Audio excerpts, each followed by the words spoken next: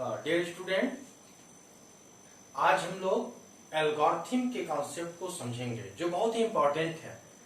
अभी तक हमने आपको डेटा स्ट्रक्चर के कॉन्सेप्ट को बताया, मतलब इंट्रोडक्शन पार्ट को बताया, और उसके बाद आपको हमने क्लासिफिकेशन ऑफ डेटा स्ट्रक्चर को बताया, और आज हम एल्गोरिथम के कॉन्सेप्ट को बताएंगे जो बहुत ही इंपॉर्टेंट टॉपिक है ये।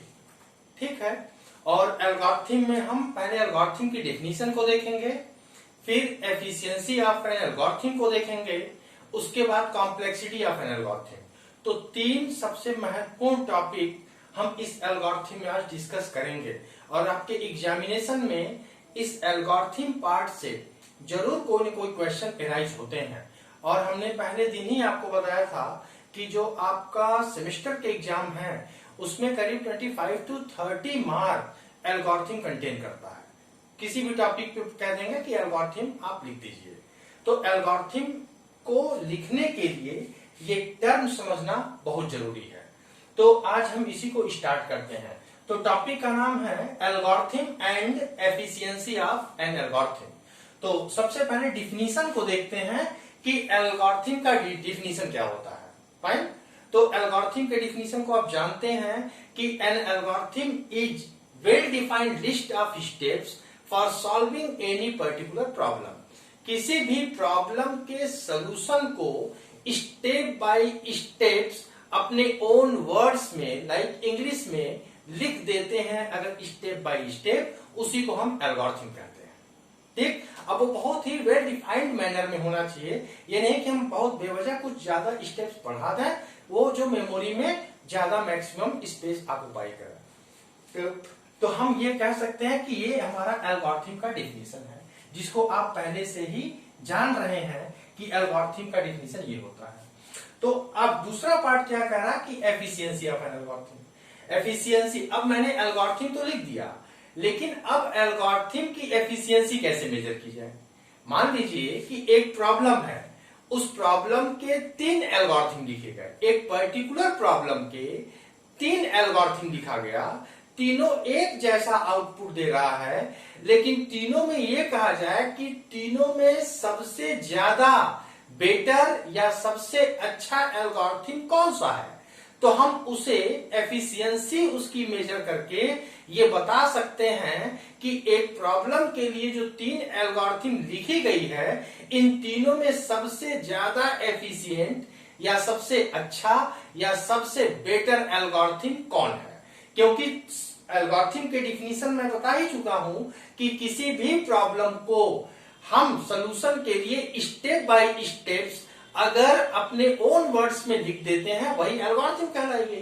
तो सबका एल्गोरिथम लिखने का तरीका अलग अलग हो सकता है, लेकिन आउटपुट एक आए। तो ये कह रहे हैं उन तीनों एल्गोरिथम में सबसे एफिशिएंट एल्गोरिथम कौन होगा, उसी के लिए यहां पर हमने बताया कि how to measure the efficiency of an algorithm. तो टॉपिक रखा एफिशिएंसी ऑफ एन एल्गोरिथम। बहुत महत्वपूर्ण पॉइंट ये कह रहा है कि time and space it uses are to measure measurement of efficiency of an algorithm। इसमें ये कह रहे हैं कि किसी भी एल्गोरिथम का अगर हम टाइम और स्पेस कैलकुलेट कर लें तो वो हमारे एल्गोरिथम की एफिशिएंसी को बता देगा। ठीक, तो 2 ही क्राइटेरिया है किसी भी एल्गोरिथम के एफिशिएंसी को चेक करने का। अब हम ये एफिशिएंसी क्यों चेक कर रहे हैं, क्योंकि हमें यह बताना है कि इस पर्टिकुलर एल्गोरिथम, जो प्रॉब्लम के लिए एल्गोरिथम लिखी गई है, उनमें से सबसे अच्छा एल्गोरिथम है कौन सा। तो ये अच्छा एल्गोरिथम बताने के लिए हम सबका एफिशिएंसी मेजर करेंगे। जिसकी एफिशिएंसी अच्छी होगी, हम उस पर्टिकुलर एल्गोरिथम को सबसे अच्छा एल्गोरिथम बता देंगे। अब किसी भी एल्गोरिथम की एफिशिएंसी को मेजर करने के लिए कितने क्राइटेरिया बनाए गए? 2 क्राइटेरिया। पहला हो गया टाइम और दूसरा हो गया स्पेस। तो time and space it uses are two measurement of efficiency of an algorithm. हम यही 2 कैलकुलेट कर देंगे। जिस एल्गोरिथम का ये बेटर होगा वो हम कह देंगे सबसे ज्यादा एफिशिएंट है। तो अब हम शायद समझ सकते हैं कि एल्गोरिथम और एफिशिएंसी ऑफ एन एल्गोरिथम क्या है। ठीक है, अब जैसे अगर आप एग्जांपल देखें तो जब आप कोई वेब एप्लीकेशन ओपन करते हैं सिस्टम पे, ठीक है, जैसे मान लीजिए www.aktu.ac.in, अब आप उसके बाद एंटर बटन प्रेस करते हैं। अब क्या हो रहा है कि वो साइट ओपन होने में टाइम लग रहा है, ठीक, मतलब नेक्स्ट विंडो ओपन होने में टाइम लग रहा है। तब आपको कैसा महसूस होता है? आप कहते हैं अरे अच्छा नहीं है ये, क्योंकि बड़ा टाइम कंज्यूम कर रहा है। ठीक, तो टाइम और दूसरा स्पेस, वो कितना मेमोरी में पर्टिकुलर एप्लीकेशन स्पेस ऑक्युपाई करता है, इसी के आधार पर हम किसी भी एल्गोरिथम की एफिशिएंसी को मेजर कर लेते हैं। तो यही दो हमारे क्राइटेरिया हो गए किसी भी एल्गोरिथम को अच्छा या एफिशिएंट बताने के लिए। तो इस आप डिफिनीशन को लिख सकते हैं, इससे जरूर क्वेश्चन एराइज होते हैं, और इसको एक बार देख करके नोट डाउन कर लें, उसके बाद हम इसको और एक्सप्लेन करने की बात करेंगे। तो ये दो पॉइंट जरूर ध्यान रहे, जब भी एल्गोरिथम की एफिशिएंसी की बात होगी तो हम इन्हीं टाइम और स्पेस की बात करेंगे।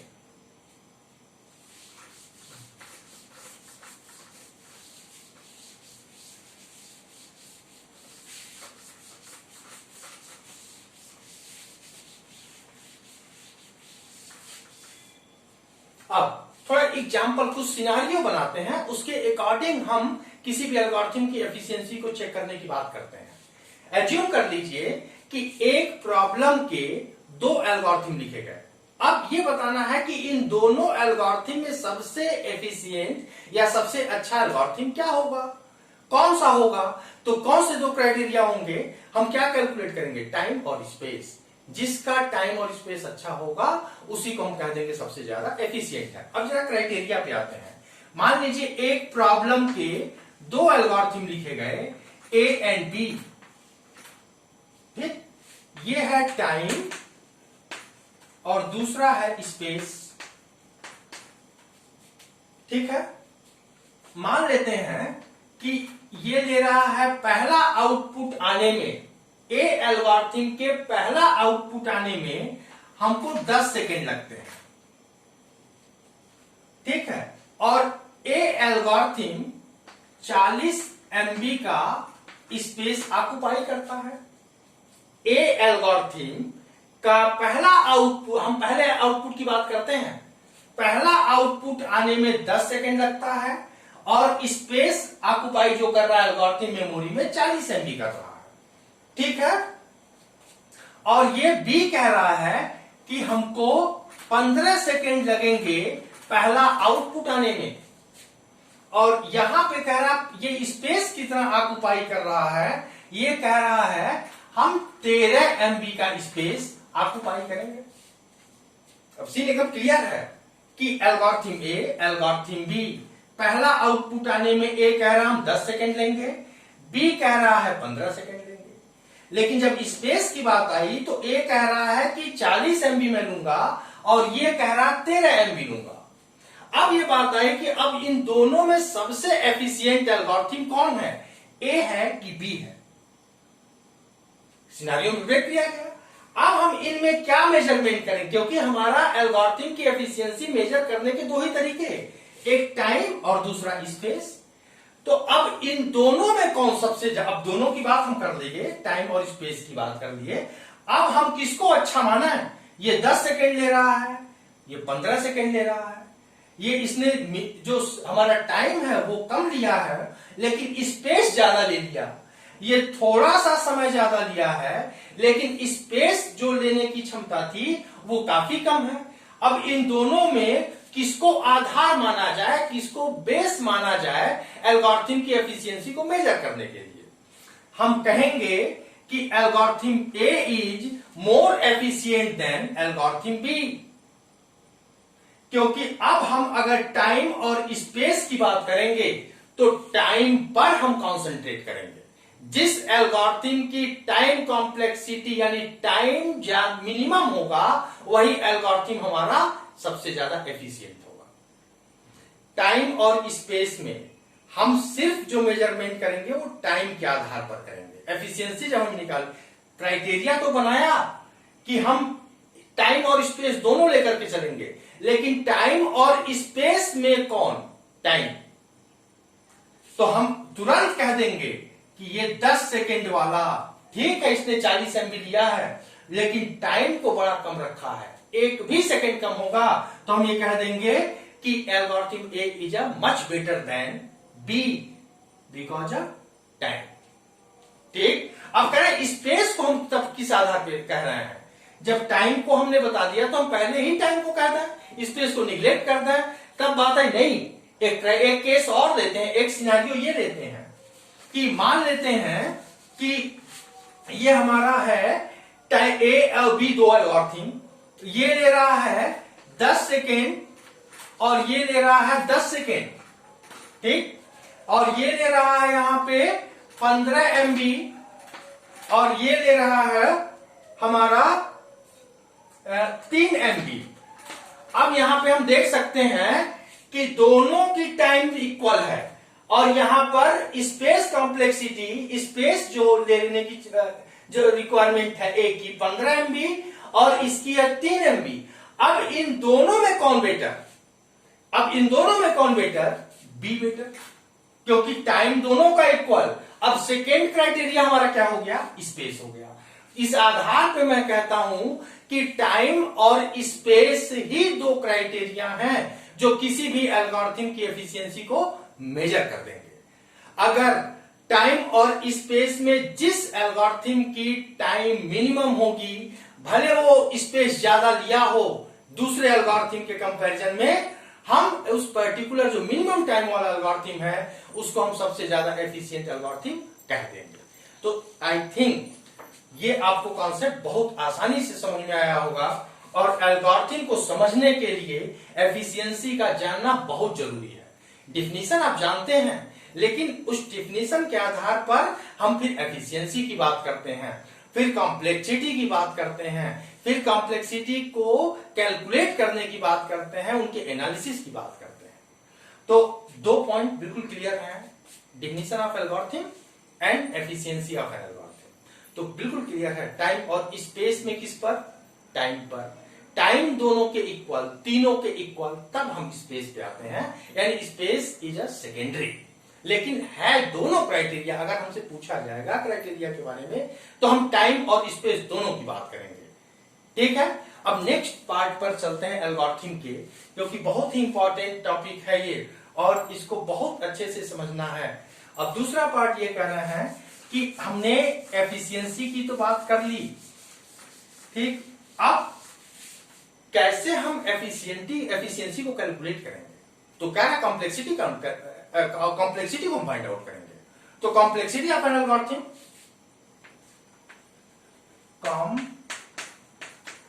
Complexity of an algorithm, complexity of an algorithm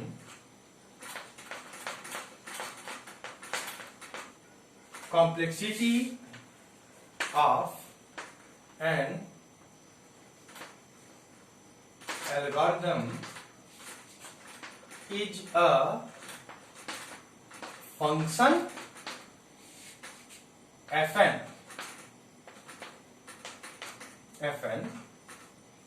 which gives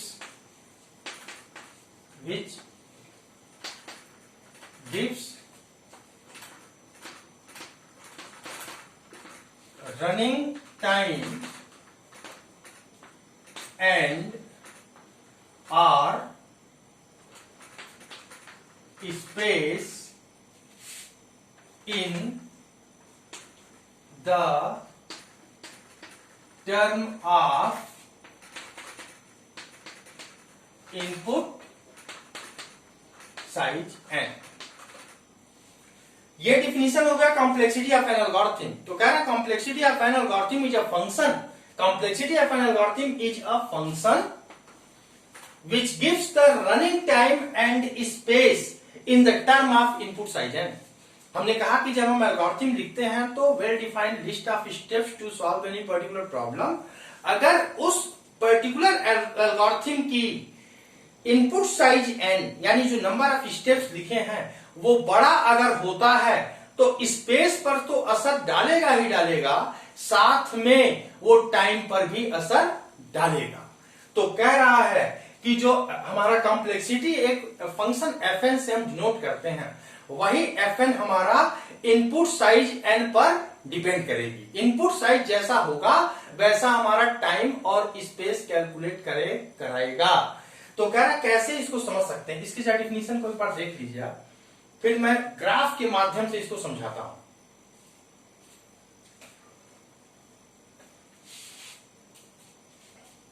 इस पे एक्सप्लेनेशन थोड़ा ज्यादा होगा क्योंकि यही हमारा टाइम और स्पेस को कैलकुलेट करने की बात करता है, जिसके आधार पर हम एफिशिएंसी को मेजर कर पाएंगे।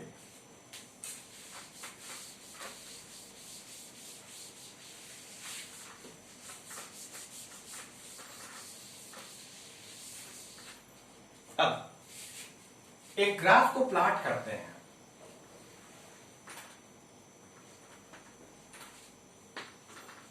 ये कह रहा है टाइम टी और ये कह रहा है इनपुट साइज n, यानी जो नंबर ऑफ स्टेप्स हैं वो n से डिनोट कर रहा है और टाइम कितना लग रहा है। जैसे मैंने बताया अगर टाइम t, अगर इनपुट साइज n होगा तो टाइम पर भी असर डालेगा। अब कह रहे हैं किसी भी एल्गोरिथम को एनालिसिस करने के लिए हमको 3 केस की एनालिसिस करनी पड़ेगी।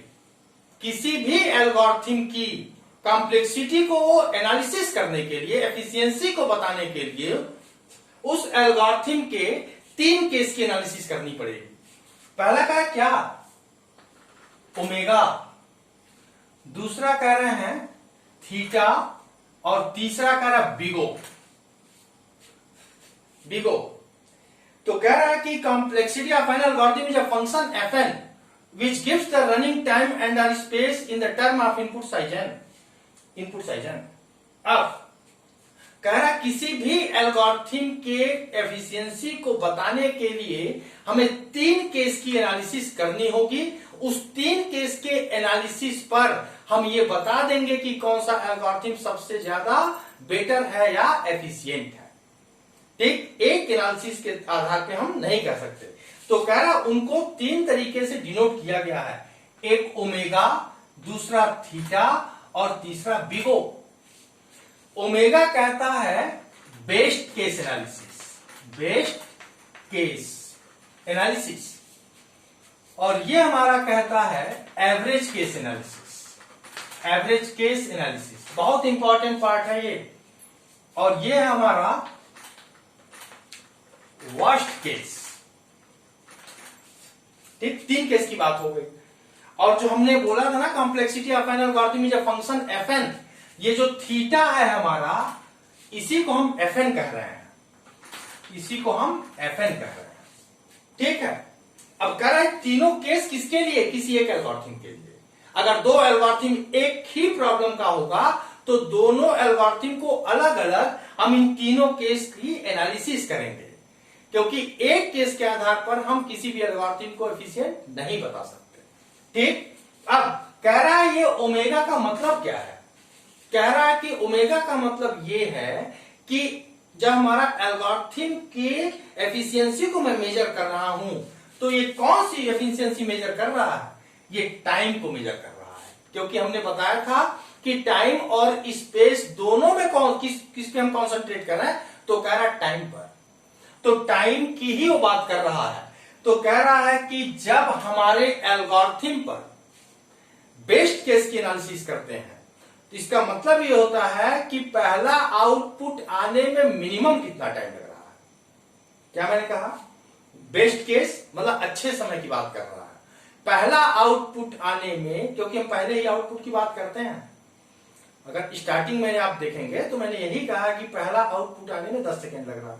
तो पहला आउटपुट आने में मिनिमम कितना टाइम लग रहा है ये बताता है ओमेगा, यानी बेस्ट केस। बिगो क्या कहता है, वर्स्ट केस, पहला आउटपुट आने में मैक्सिमम कितना टाइम लग रहा है।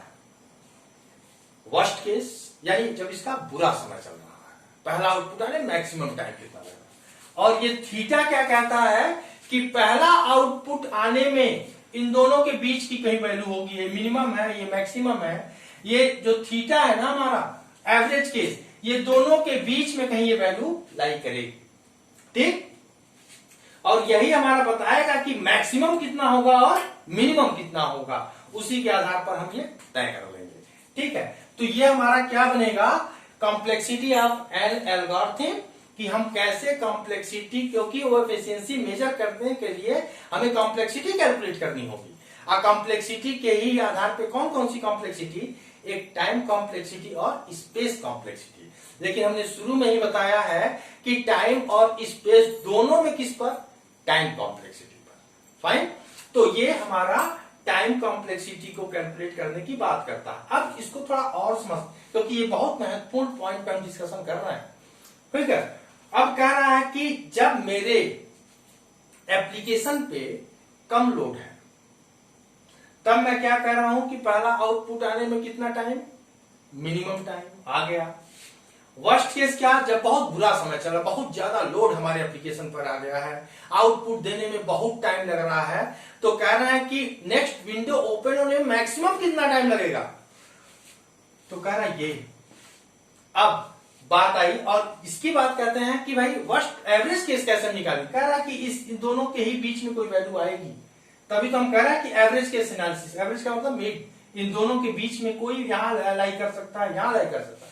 अब कह रहा है कि वहां आप ये कहते हैं कि एफिशिएंसी मेजर करने के लिए दो क्राइटेरिया, टाइम एंड स्पेस, उसमें अगर किसी को ऑप्ट करना हो तो टाइम पर जाएंगे।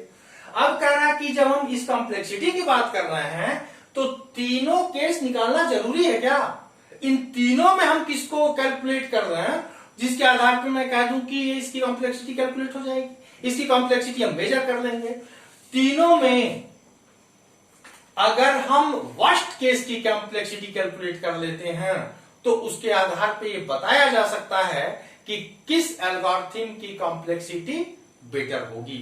और कॉम्प्लेक्सिटी में भी किस कॉम्प्लेक्सिटी को मेजरमेंट की बात कर रहा है, टाइम कॉम्प्लेक्सिटी। तो बुरे समय में ही तो असली पहचान होती है। अच्छा है तो अच्छा है ही, वो तो सब साथ में रहेंगे, लेकिन जब एल्गोरिथम के वर्स्ट केस की बात करें, बुरे समय की बात करें, अगर बुरे समय में अच्छा है तब तो हमेशा अच्छा होगा। तो इन दोनों को निकालने की बात ही नहीं कह रहा है, बस इसी को कैलकुलेट कर लो। अगर जो एल्गोरिथम वर्स्ट केस में अच्छा कर गया वो तो अच्छे में अच्छा करेगा ही, एवरेज में अच्छा करेगा ही। तो इन तीनों में किसको कैलकुलेट किया जाए, वर्स्ट केस को कैलकुलेट किया जाए। अगर आप रियल लाइफ में भी देख सकते हैं, अच्छे हैं तो बहुत दोस्त, बुरे दौर में हैं तो कोई नहीं, लेकिन बुरे दौर में अगर मेरे साथ कोई खड़ा हो जाता है तब मैं कहता हूं ये सबसे अच्छा है। तो एल्गोरिथम में भी उसी रियल लाइफ को जोड़ देता है और कहता है जो तीन केस की एनालिसिस कर रहे हैं उसमें तीन केस से बेटर है कि वर्स्ट केस को ही कैलकुलेट कर दो। वर्स्ट केस में अगर वो पर्टिकुलर एल्गोरिथम अच्छा चल गया है तो इनमें और इनमें तो अच्छा चलेगा ही चलेगा। तो ये हमने कॉम्प्लेक्सिटी का एक बेस, एक कॉन्सेप्ट दिया है। नेक्स्ट लेक्चर में हम इसकी एनालिसिस की बात करेंगे कि इसको एनालिसिस करते हैं, क्योंकि ये एग्जाम में पूछे जाते हैं। एफिशिएंसी से क्वेश्चन पूछेंगे, वो कॉम्प्लेक्सिटी पे क्वेश्चन जरूर लाएंगे जो बहुत इंपॉर्टेंट है। तो इसका एक्सप्लेनेशन और अच्छे तरीके से, क्योंकि आपके लिए नया होगा ये, तो इसकी एनालिसिस में नेक्स्ट लेक्चर में कॉम्प्लेक्सिटी ऑफ एन एल्गोरिथम करके बताएंगे। तब तक के लिए बाय बाय।